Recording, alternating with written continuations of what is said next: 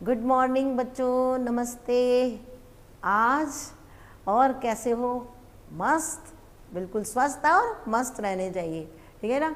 और आज अपन चालू करते हैं क्या नया ह्यूमन हेल्थ एंड डिजीज़ में नया टॉपिक एड्स, जिसके बारे में आपने बहुत सुना होगा। Ads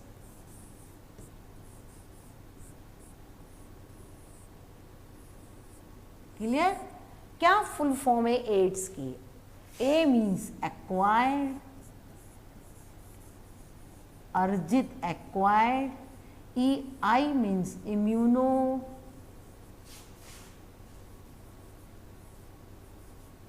D means deficiency,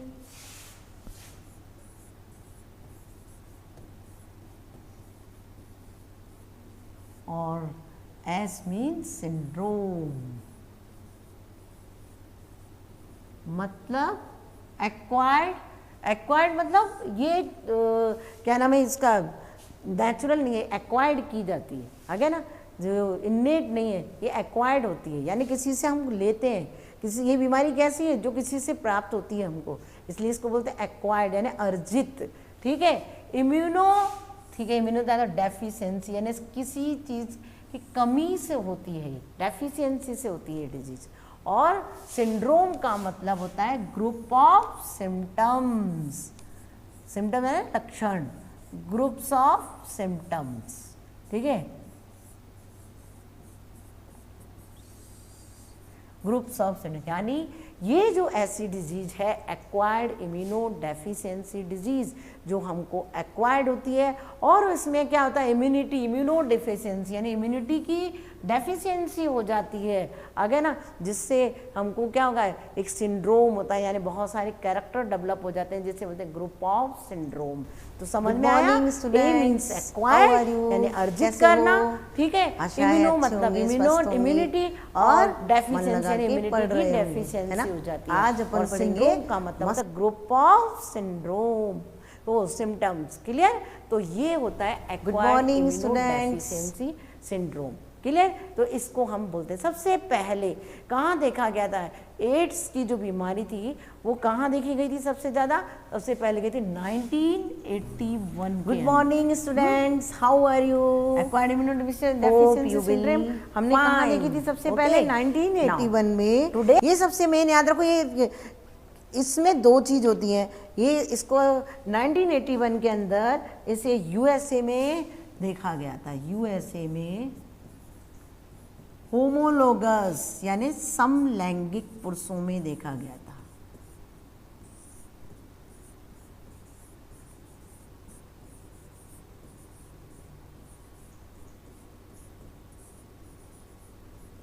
homosexual, homologous,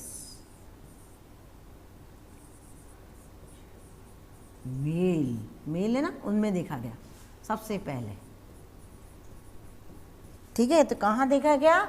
1981 के अंदर, ठीक है, 1981 में देखा गया। किस में देखा गया? यहाँ। कौन से वर्ल्ड में, कौन से देश में? यूएसए के अंदर। और इंडिया के अंदर, इंडिया के अंदर इसको कौन से ईयर में देखा गया? 1987, 86 में, 1986 में भारत में सर्वप्रथम एड्स का पेशेंट, प्रथम एड्स पेशेंट, प्रथम एड्स पेशेंट, रोगी, एड्स रोगी कहाँ मिला था? चेन्नई में। कहाँ मिला बच्चों? चेन्नई में।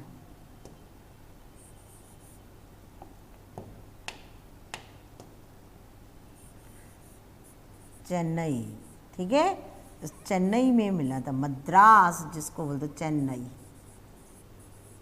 अब इसका नाम, मद्रास का नाम चेन्नई हो गया ना, तो चेन्नई में 1986 के अंदर। कौन से ईयर में? 90। सबसे फर्स्ट जो रोगी था वो चेन्नई में। इसका दूसरा नाम है, क्या है इस डिजीज का दूसरा नाम? स्लिम डिजीज भी है। स्लिम डिजीज क्यों? क्योंकि इसमें रोगी, जब ये डिजीज हो जाती है ना, इससे ग्रसित हो जाता है, तो रोगी अत्यंत पतला हो जाता है। स्लिम मतलब दुबला पतला, तो स्लिम डिजीज भी इसको कहते हैं। आ गया समझ में। और ये कौन से वायरस से होती है? पहली बात तो ये वायरस कौन कौन से होते हैं, भारत में इसका देखा गया था, और इसका जो वायरस है वो कौन सा है? HIV virus. HIV मतलब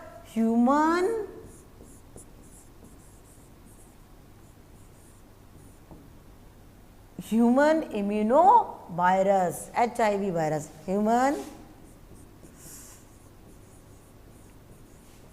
वी मतलब virus, human immuno virus, HIV virus, जो कि कैसा वायरस है? ये एक रिट्रो वायरस है। रिट्रो, क्योंकि रिवर्स ट्रांसक्रिप्शन के द्वारा होता है, रिट्रो वायरस है। कैसा वायरस है बच्चों? ये रिट्रो वायरस है, ठीक है। ह्यूमन इम्यूनो क्या नाम है, ये ह्यूमन इम्यूनो वायरस, जिसको अपन क्या बोलते हैं? HIV वायरस, ठीक है।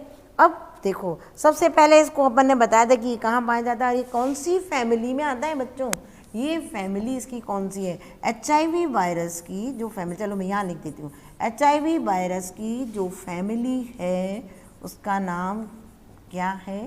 देखो, हमेशा फैमिली में DAE हमेशा लास्ट में आता है, रिट्रोवाइडी फैमिली का ही, सॉरी,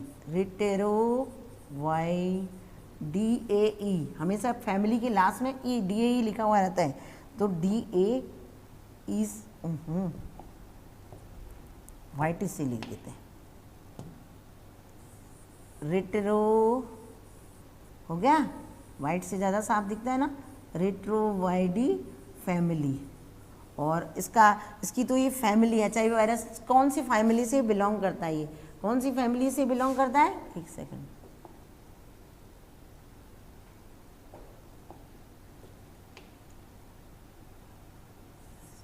ये ठीक है, अब ठीक है, रिट्रोवायरिडी फैमिली से बिलोंग करता है। और इसका जो जीनस होता है वो क्या है? लेंटीवायरस। कई बार वायरस, सॉरी, जल्दी बढ़ती है, लेंटीवायरस इस जीनस से है।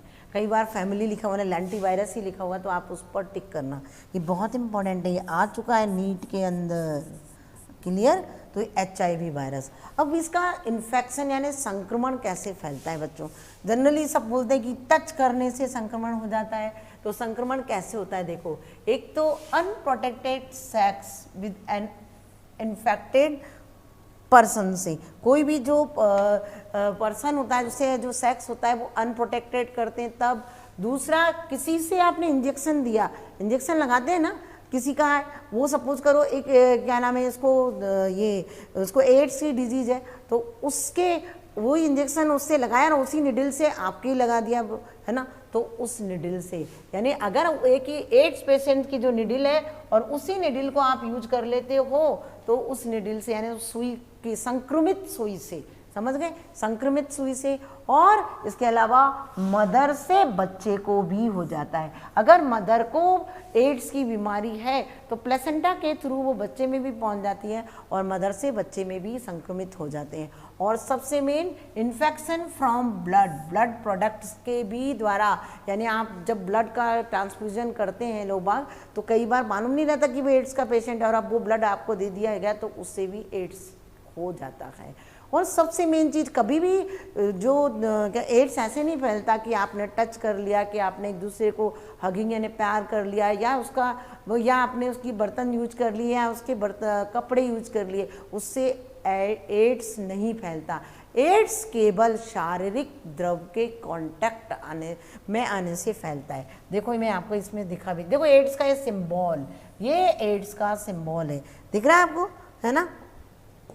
अगर आपसे क्वेश्चन एड्स का सिंबल क्या है, और ये एड्स का जो दिवस होता है वो कौन सा होता है? 1 दिसंबर। इसीलिए मैंने आपको पूरा डायग्राम से शो कर दिया है। 1 दिसंबर इज द एड्स डे, आ गया ना। तो ये आपको समझ में आया, एड्स डे कौन सा है? 1 दिसंबर होता है। तो संक्रमण किससे होता है बच्चों? संदूषित रक्त से, अभी मैंने आपको बताया था, संदूषित रक्त से है ना, जो इन्फेक्टेड रक्त होगा संदूषित निडल से, और किसी भी पर्सन जो होते हैं उनमें जब सेक्स होता है तो इन्फेक्टेड, तो वो प्रोटेक्शन नहीं दे उससे भी होता है, और मदर से बच्चे को हो जाता है प्लेसेंटा के थ्रू, तो इनसे हो जाता है। तो हमें क्या करना चाहिए, इसलिए इन चीज़ों का विशेष ध्यान रखना चाहिए। निडल हमेशा फ्रेश लेनी चाहिए, अगर मदर का तो उसका ध्यान रखना चाहिए, और कभी भी जो ब्लड का ट्रांसफ्यूजन होता है पहले ब्लड को चेक कर लेना चाहिए कहीं वो ब्लड HIV से संक्रमित तो नहीं है। एक चीज़ हमेशा याद रखो कि जो एड्स फैलता है वो केवल HIV जो है वो केवल शरीर के द्रव द्वारा फैलता है। मेन चीज़ HIV केवल शरीर के द्रव द्वारा, बॉडी फ्लूइड, कोई और फ्लूइड नहीं, बॉडी फ्लूइड शरीर के द्रव द्वारा, शरीर द्रव द्वारा फैलता है। ठीक है, ये मैंने तुमको बहुत इंपॉर्टेंट चीज़ बताई। क्लियर?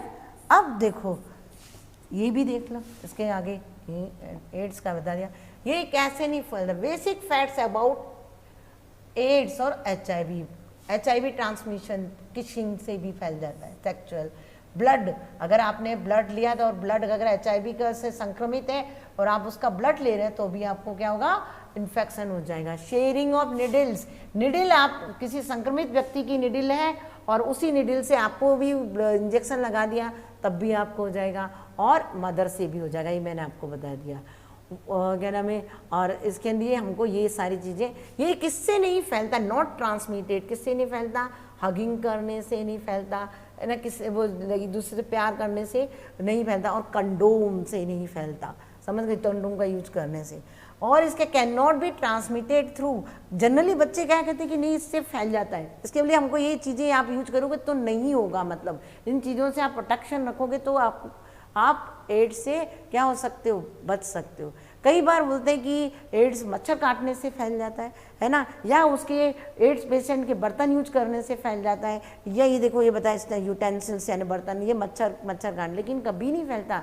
मच्छर के काटने से एड्स नहीं फैलता, बर्तनों को यूज करने से एड्स नहीं फैलता, उसके कपड़े यूज करने से भी एड्स नहीं फैलता। क्लियर है? मच्छर काटेगा तो मच्छर के काटने से नहीं फैलता। जो आप सोचते हो, अब आप कहोगे कि मच्छर तो काटता है तो वो ब्लड उसके कांटेक्ट में आता है, भाई ब्लड थोड़ी छोड़ता है, वो अपने में क्या छोड़ता है, सलाइवा छोड़ता है, क्या छोड़ता है, लार, और जो ब्लड वो हमारा सक करता है वो ब्लड तो क्लॉट हो जाता है, तो वो तो यूज अंदर जा नहीं सकता हमारी बॉडी के अंदर दोबारा जब वो काटता है तो इसलिए अगर सपोज करो उसने किसी HIV इन्फेक्टेड पर्सन को काटा फिर है ना, और उससे क्या नाम है, तो उससे उसने उसका ब्लड काट लिया, वो तो डालता तो क्या है, सलाइवा, और ब्लड लेता है तो ब्लड तो क्लॉट हो जाता है, तो इसलिए वो ब्लड के थ्रू, मच्छरों के द्वारा कभी भी नहीं फैलता। अगर मच्छर के द्वारा फैलता तो बहुत ज़्यादा फैल जाता, होता कि नहीं?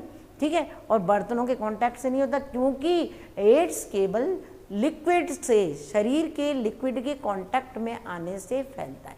क्लियर हुआ इस चीज़ को? तो ये ध्यान रखना है आपको। टॉयलेट है, बहुत से लोग कहते हैं नहीं उसका टॉयलेट यूज कर लोगे तब भी आपको एड्स हो जाएगा, कभी आप बोलेंगे कि नहीं उनके बर्तनों को यूज करने से हो जाता, नहीं, ना इसके यूज करने से होता है, ना इसके यूज करने से होता है, बर्तनों को यूज करने से भी नहीं होता, और मच्छरों के यूज करने से भी नहीं होता। और प्रिवेंट आप कैसे कर सकते हो कि भाई आप ये क्या नाम है, ये कंडोम यूज कर सकते हो, डोंट देयर, और सिरिंज वगैरह आप यूज नहीं करोगे तो भी दूसरे की हमेशा नई नीडल लेनी चाहिए। जब भी आप कहीं जाते हो, वो क्या नाम है, हॉस्पिटल के अंदर, तो खुद ही अपनी सिरिंज खरीद के लेके जाओ, और उसी से ही बच्चे के जो टीके लगवाते हो, या आप अपने कोई भी ब्लड का टेस्ट करा रहे हो तो उसके लिए इसको यूज करो। ठीक है, अब नई सिरिंज यूज करो, बिल्कुल फ्रेश। क्लियर हुआ? तो ये तो था संक्रमण कैसे फैलता है और कैसे नहीं फैलता है। तो संक्रमण केवल किससे फैला बच्चों? संक्रमण फैलता है शारीरिक द्रव के टच करने से, है ना, ये संक्रमण होगा, ये संक्रमण केवल इससे। और ये बाकी मैंने आपको बता दिया, संक्रमण निडल के यूज करने से फैलेगा, संक्रमण प्लेसेंटा से, मदर के द्वारा फैलेगा, ब्लड के ट्रांसफ्यूजन से फैलता है, और किसिंग से। अब हम पढ़ेंगे HIV वायरस खुद क्या है। ठीक है, वायरस क्या है भाई? देखो अपन को मालूम है एड्स फैलता है, एड्स किससे फैलता है? HIV वायरस, या उसी का दूसरा नाम है रेट्रो वायरस। ठीक है, क्योंकि इसके अंदर रिवर्स ट्रांसक्रिप्टेज एंजाइम पाया जाता है, और उसके ये रहा, देखो ये स्ट्रक्चर किसका है? ये HIV वायरस का स्ट्रक्चर है। ये HIV वायरस के अंदर देखो सबसे इंपॉर्टेंट चीज, ये 4 चीजों से मिलकर के बना हुआ। मैं चलो यहाँ पे लिख देती हूँ इसको।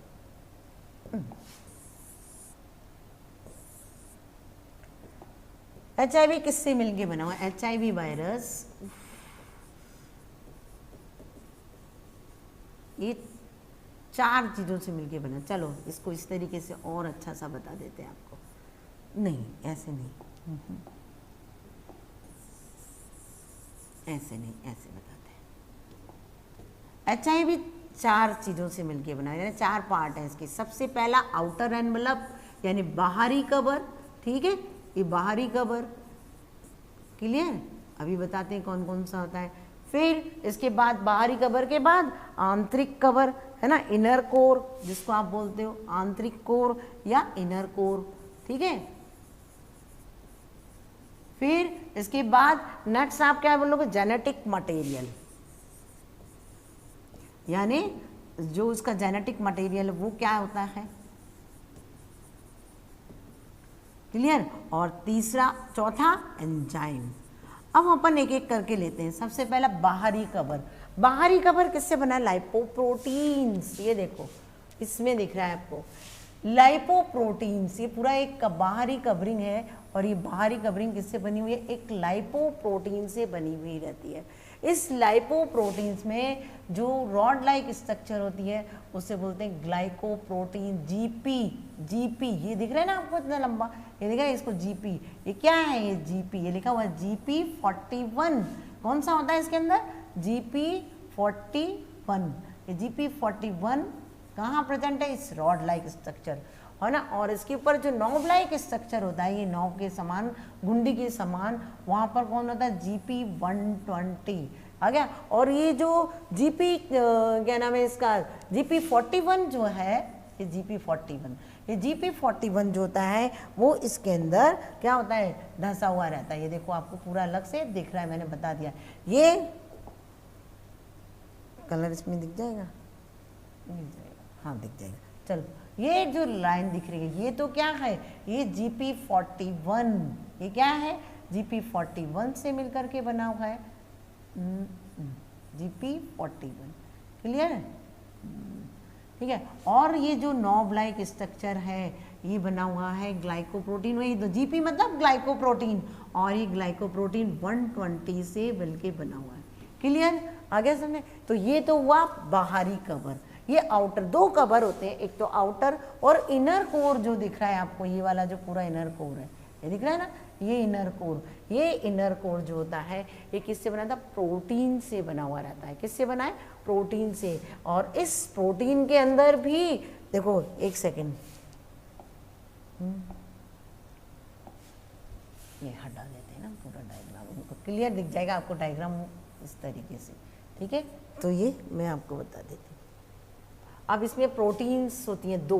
कौन कौन सी प्रोटीन? एक सेकेंड, कहाँ गया? वाइट कलर से ले लेते हैं। इनर प्रोटीन्स और आउटर प्रोटीन।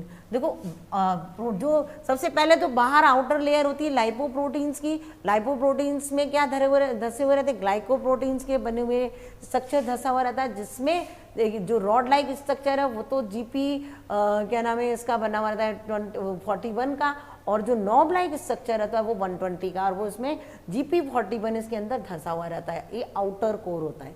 इनर कोर होता है वो प्रोटीन का बना हुआ रहता है, और इसमें जो बाहरी पार्ट है वो बना हुआ रहता है प्रोटीन P17 का, ठीक है। और जो इनर पार्ट है जो आपको दिख रहा है इनर कोर है, ये बना हुआ रहता है प्रोटीन P17 ही है, और वो बना हुआ रहता है प्रोटीन P20 कैप्सिड जिसको बोलते हैं। इसको क्या बोलते हैं? कैप्सिड।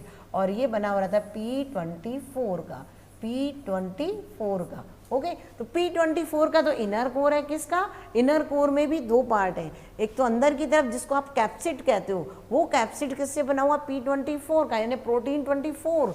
और जो आउटर वाला है मैट्रिक्स प्रोटीन है, यानी इसी के अंदर वो कौन सी? इनर कोर का जो आउटर वाला पार्ट होता है जिसको मैट्रिक्स पार्ट बोलते हैं, वो P17 का बना हुआ। तो ये तो हो गया इसका इनर कोर। इनर कोर किससे बना है? ये भी 2 पार्ट से बना है। देखो इसको इस तरीके से आप लिख सकते हो। पहले इससे मिटा दूं, लो अब समझ में आ जाएगा।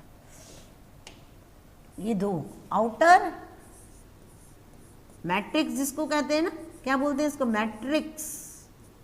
मैट्रिक्स किससे बना हुआ है ये, आउटर मैट्रिक्स जो बना हुआ P17, आ गया समझ में, P7, साफ सुथरा लिख दूँ, इस दिखना नहीं है आपको दूसरे कलर से, इसमें क्या दिखेगा, ये P17, ठीक है, P17 से बना है।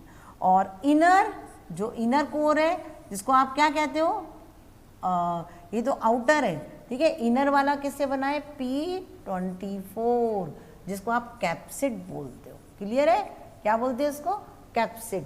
ओके, क्लियर, ठीक है। अब आया genetic material. Genetic material 2 strand होते हैं, ये देखो एक स्ट्रैंड, ओहो ये तो बिल्कुल ही साफ दिख रहा नहीं है, ये देखो ये एक स्ट्रैंड और दूसरा ये स्ट्रैंड, 2 स्ट्रैंड प्रेजेंट होते हैं। तो जेनेटिक मटेरियल जो होता है, स्ट्रैंड जो होते हैं वो सिंगल स्ट्रैंडेड आरएनए होते हैं। आरएनए के 2 स्ट्रैंड हैं,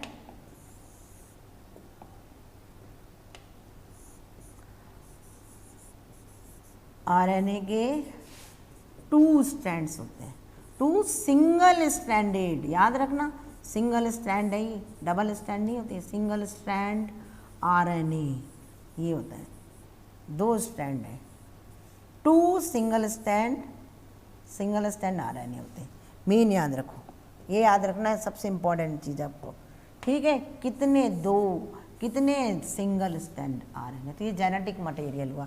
अब एंजाइम कौन कौन से, तो बच्चों देखो 3 एंजाइम प्रेजेंट होते हैं इसके अंदर, कौन कौन से, एक तो होता है प्रोटीएज, है ना, प्रोटीएज में लिखा है कि नहीं, देखती हूँ मैं, बताती हूँ, नहीं तो ये सब में डाल जो लिखा हुआ है वो, ठीक है।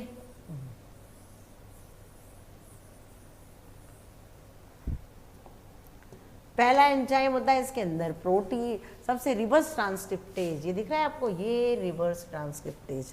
तो पहला एंजाइम कौन सा, रिवर्स का मतलब अभी बता देंगे, रिवर्स ट्रांसक्रिप्टेज, ठीक है, रिवर्स ट्रांसक्रिप्टेज, ये रहा आपका रिवर्स ट्रांसक्रिप्टेज। दूसरा इंटीग्रेज, तो दूसरा एंजाइम कौन सा, ये रहा इंटीग्रेज, जो कि इंटीग्रेशन करता है, इंटीग्रेज, क्लियर। और तीसरा एंजाइम होता है प्रोटीएज, ये वाला प्रोसेस लिख दिया, ये प्रोटीएज होता है, इसका नाम क्या है, प्रोटीएज। यानी ये क्या काम करेगा, ये प्रोटीन का पाचन करेगा, ब्रेक डाउन करेगा प्रोटीन को। तो 3 एंजाइम प्रेजेंट होते हैं। तो ये किसका स्ट्रक्चर हुआ, ये HIV वायरस का स्ट्रक्चर हुआ। HIV वायरस जो होता है, ये HIV वायरस क्या हुआ, इसकी आउटर कोर होती है वो लाइपोप्रोटीन्स की होती है, जिसे ग्लाइकोप्रोटीन कहते हैं। इसमें से ग्लाइकोप्रोटीन का जो रॉड लाइक स्ट्रक्चर होता है वो कौन सा होता है, वो क्या नाम है, GP41, और उसके ऊपर जो नॉब, वो अंदर की तरफ एम्बेडेड रहता है, यानी धंसा हुआ रहता है, और उसके ऊपर जो नॉब लाइक स्ट्रक्चर, ये नॉब, ये 120 जी ग्लाइकोप्रोटीन 120 की बनी हुई रहती है। इनर कोर जो होता है वो प्रोटीन का बना हुआ रहता है, और इनर कोर में भी आउटर पार्ट जो है यानी मैट्रिक्स प्रोटीन है वो P17 की बनी हुई है, और जो अंदर कैप्सिड है, ये कैप्सिड जो होता है ये P24 का बना हुआ है। क्लियर, आया ना समझ में। तो ये याद रखना वायरस, और इसके अंदर वायरस, HIV वायरस का दूसरा नाम क्या है, रेट्रोवायरस। ये 2 सिंगल स्टैंडर्ड RNA हैं, एक स्टैंड ये रहा और एक ये, तो सिंगल स्टैंडर्ड RNA इसमें प्रेजेंट होता है। क्लियर। और एंजाइम रिवर्स ट्रांसक्रिप्टेज, इंटीग्रेज और प्रोटीएज, ये 3 एंजाइम होते हैं। इन रिवर्स ट्रांसक्रिप्टेज यानी क्या करेगा, जनरली क्या होता है ट्रांसक्रिप्शन में, क्या नाम है, mRNA, वो ट्रांसलेशन में mRNA से क्या बनता है, DNA बनता है, ठीक है ना, क्या नाम है, लेकिन उसमें उल्टा हो जाएगा।